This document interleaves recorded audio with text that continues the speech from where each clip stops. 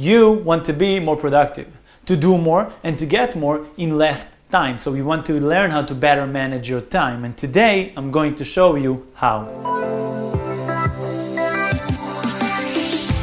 There are zillions of books and videos about time management, and many of them are actually really good. But today I'm going to share with you my top tips that will not only make sense to you, but also stood to the test of me actually using them. The first tip for managing your time might sound very simple, but it's crucially important. It's working with a schedule. Working with a schedule is not a science as much as it is an art, that every single person must find his own way of uniquely doing it in a way that fits him. The most important thing is to not give up, and I know this skill takes time to master. I tried tons of paper kind of schedules, I tried Google Calendar many times, and I used all sort of apps and programs. The important thing is that even after many failures, I did not give up, and now I have a system that actually does work for me, and it works for me perfectly. When I was in my early 20s, I was teaching my first time management and decision-making seminars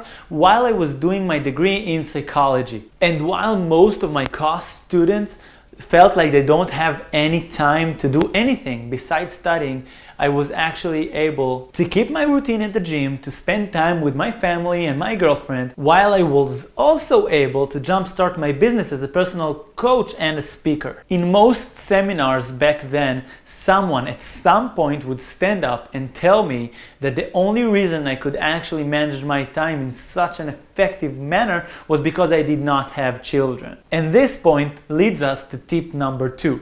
Tip number 2 is to actually manage your time while taking into consideration all the different aspects of your life. When my kid was born, in the first couple of months, I tried to manage my life, to manage my time in the same manner I managed it before he was born. And even though I was stubborn and I tried my best, it simply did not work. I did, however, after a couple of months, find a way to tweak a little bit, to change a little bit the way I used to manage my time, so now it works for me again, so I have the time to actually be an involved parent while doing everything else. So now I'm in a point that I don't actually do less, but I do more. It's not that just that I started this YouTube channel and I'm working very hard to spread my message internationally. I'm actually managing my local business with all the teachers and speakers and coaches and all the employees and everything that has to do with this. So there was a part about what the people said to me in the seminars that was right.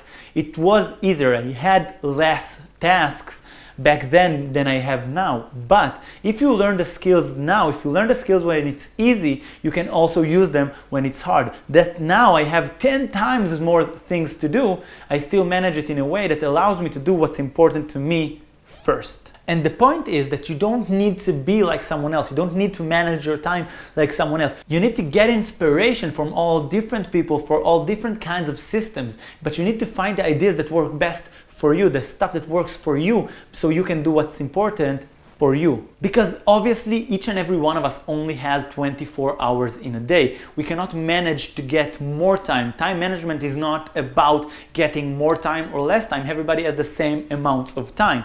Time management is about finding out what's the most important things for you and actually making sure that you do them. A lot of my daily habits, the things that help me manage myself, are things I've learned from books, the things I've learned from YouTube videos and e-courses I took. But in the end of the day, I had to try them myself, to pick and choose them and develop the perfect system for me. Also note that in different times of your life, you will actually have different priorities, different values. And so your time management system could change from time to time.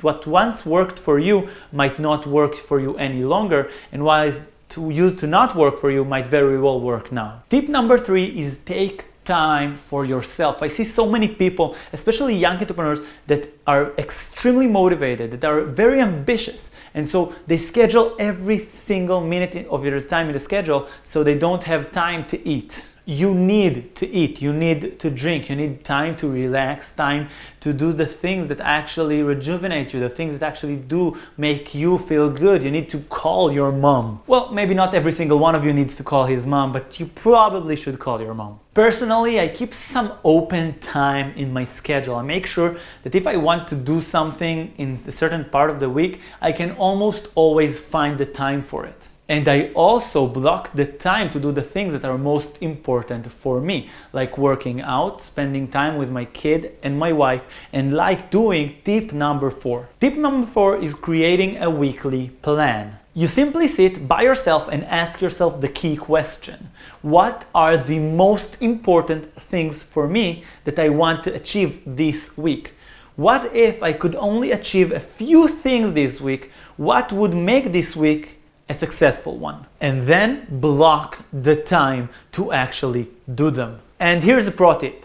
Always lock down more time than you think you'll need. If you're just starting to work with a schedule, I'd suggest block twice the amount of time you think it will take. If you think this very important task will take you 1 hour to complete, block 2 hours just to make sure that it will get done. With time, you learn how to better estimate the amount of time every single task will take you, so you'll be able to shorten the buffer. But I suggest that you will always keep this buffer, especially with tip number 5. Tip number 5 is especially important for anyone, but is extremely important for beginners. Tip number 5 is all about making sure that the end of the week has more free time, more empty spaces in it, so that when some of the most important things you actually scheduled for the beginning of the week get pushed aside by something urgent, by some stress you get from outside, or simply by mismanaging yourself, so you'll have the free time on Wednesdays or Thursdays to actually complete all the things you postponed. A mistake I see many people make when they're starting out with schedules, and that mistake actually makes them give up and stop even trying to plan themselves with schedules, is actually creating a weekly plan that if one thing doesn't work in that plan, everything collapses. So make sure that if something urgent comes up, if something unexpected shows up, you can handle it, you have the time, and you'll have the time later this week to actually do the things you actually wanted to do in the beginning of the week. Expect the unexpected and plan for the unplanned. So right now you might be asking, but Gal, I want to be more productive and you're talking all about these buffers and empty spaces. Will I not end up doing a lot less? And the answer is absolutely no, because you'll have tip number 6. But even if you would not have tip number 6, even if you will do less, you'll do the most important things. And that's the difference between productivity and effectivity. But you do have tip number 6. Tip number 6 is having a nice to-do list.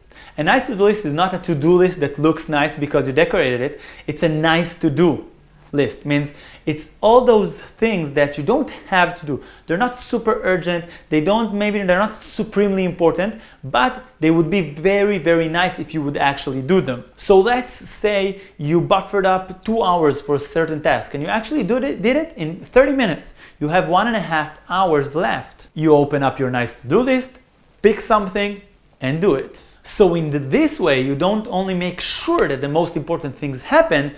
When you have the free time, you can pick, you can choose, you can have fun doing the things you want to the most. So there are many more tips to better managing your time, but I wanted to keep this video relatively short. If you want to be notified every time a new video is uploaded regarding productivity, leadership, or boom, purpose, click the subscribe button right next to this video so you and I can stay in touch. See you in the next video.